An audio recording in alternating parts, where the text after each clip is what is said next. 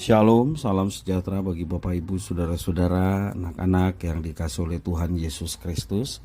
Jumpa kembali bersama saya, Pendeta Eka, di dalam renungan firman Tuhan pada hari ini, hari Kamis 18 Agustus 2022.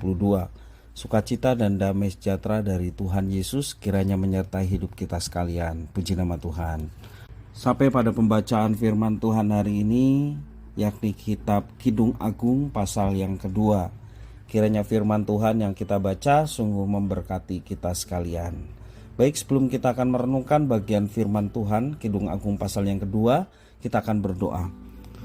Tuhan Allah Bapa di surga, di dalam nama Tuhan Yesus, kami sungguh bersyukur dan berterima kasih atas kasih setia Tuhan yang boleh kami alami dari hari ke hari.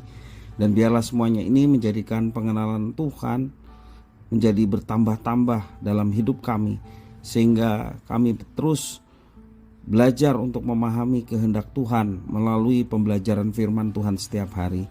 Mampukan kami Tuhan untuk mengerti dan memahaminya, serta Engkau menolong kami untuk kami dapat terapkan dalam hidup kami. Terima kasih Bapa, demi nama Tuhan Yesus kami berdoa. Haleluya, amin. Kidung Agung pasal 2 ayat 8 sampai 17. Demikian firman Tuhan. Dengarlah kekasihku, lihatlah, ia datang melompat-lompat di atas gunung-gunung, meloncat-loncat di atas bukit-bukit. Kekasihku serupa kijang atau anak rusa. Lihatlah, ia berdiri di balik dinding kita, sambil menengok-nengok melalui tingkap-tingkap dan melihat dari kisi-kisi. Kekasihku mulai berbicara kepadaku, bangunlah manisku, jelitaku, marilah.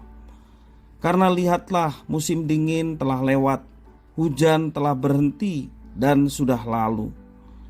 Di ladang telah nampak bunga-bunga, tibalah musim memangkas, bunyi tekukur terdengar di tanah kita.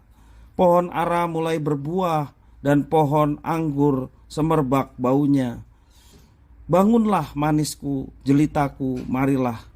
Merpatiku di celah-celah batu, di persembunyian lereng-lereng gunung. Perhatikanlah wajahmu, perdengarkanlah suaramu, sebab merdu suaramu dan elok wajahmu. Tangkaplah bagi kami rubah-rubah itu, rubah-rubah yang kecil yang merusak kebun-kebun anggur kami yang sedang berbunga. Kekasihku, kepunyaanku, dan aku kepunyaan Dia yang menggembalakan domba di tengah-tengah bunga bakung. Sebelum angin senja berembus dan bayang-bayang menghilang, kembalilah kekasihku, berlakulah seperti kijang atau seperti anak rusa di atas gunung-gunung tanaman rempah-rempah. Bapak Ibu, saudara-saudara yang dikasihi Tuhan Yesus Kristus, kalau kita perhatikan ada tangkaplah rubah-rubah ya di situ. Lalu apa maknanya bagi kita sekalian? Bapak Ibu Saudara, pernahkah kita melihat sepasang muda-mudi duduk-duduk di bangku taman di sore hari yang teduh? Kepala si gadis disandarkan pada bahu kekasihnya, tangan sang perjaka melingkari bahunya. Mereka bertukar kata-kata mesra, bisikan rasa cinta kasih. Tahu-tahu datang seorang preman yang memaksa mereka membayarnya, kalau tidak akan diadukan kepada aparat dengan tuduhan telah melakukan perbuatan tak senonoh. Pada perikop ini sang wanita dan kekasihnya bertemu dalam suasana yang begitu asri di alam terbuka. Dari saling memuji, pasangan ini beranjak kepada saling mengajak untuk menikmati kebersamaan. Di sini terlihat inisiatif dari sang pria yang mendatangi kekasihnya yang menanti dengan antusias. Di dalam ayat yang ke-8 sampai yang ke-9. Ajakan sang pria terasa begitu pas di alam terbuka dan bunga-bunga serta pohon anggur serta pohon ara yang mulai berbuah rasanya akan lengkap dan indah dengan kicauan burung yang merdu. Bagi sang pria, kekasihnya ialah bak merpati yang bukan hanya cantik tetapi merdu.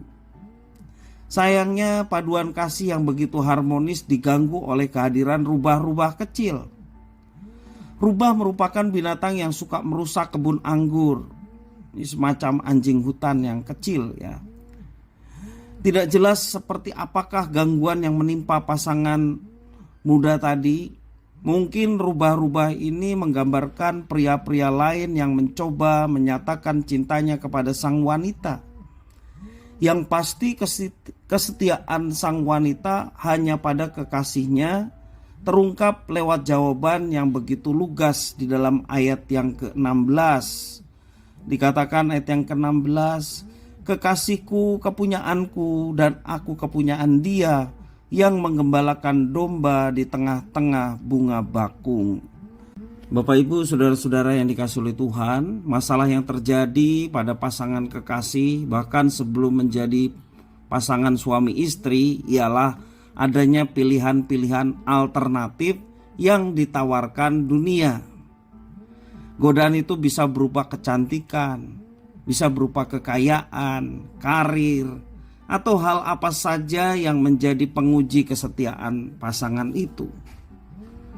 Bila kita sudah mantap dengan pilihan kita, bila kita sudah yakin dengan pasangan sebagai berkat Tuhan dalam hidup kita, mari kita menyingkirkan segala gangguan atau dikatakan rubah-rubah yang ada di sekitar kita.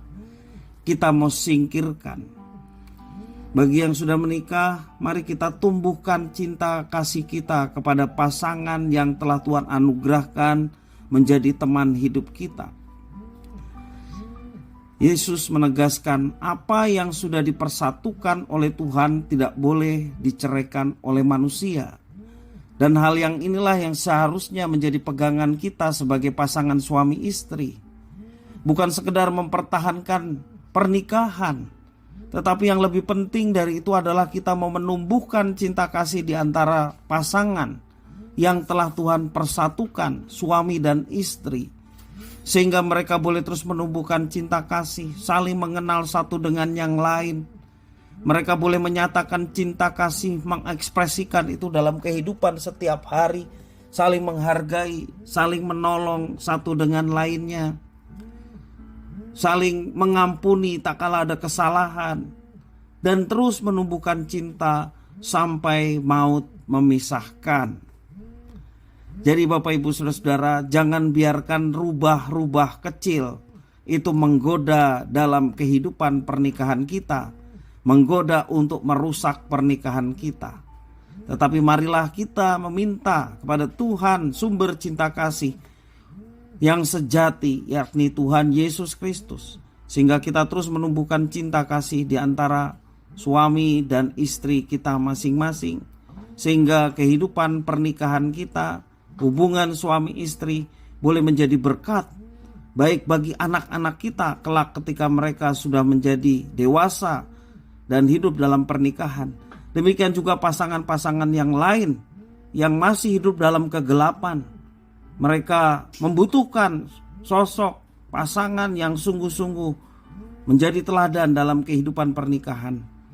Dan semuanya itu dipercayakan kepada setiap anak-anaknya, yakni orang-orang Kristen yang hidup menjadi garam dan terang, bersama-sama suami istri melayani Tuhan, bersama-sama suami istri menyatakan cinta kasih, sehingga semuanya ini boleh menjadi berkat bagi dunia ini.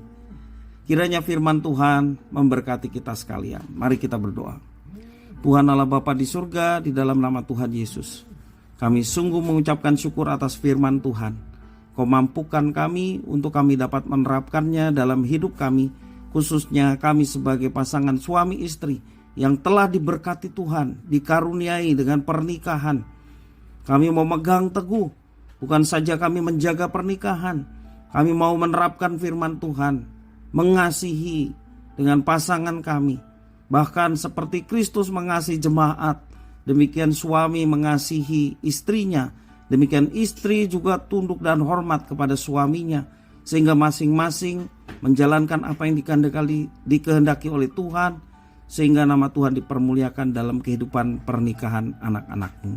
Terima kasih ya Tuhan, inilah doa ucapan syukur kami atas firman Tuhan. Demi nama Tuhan Yesus kami berdoa. Haleluya. Amin.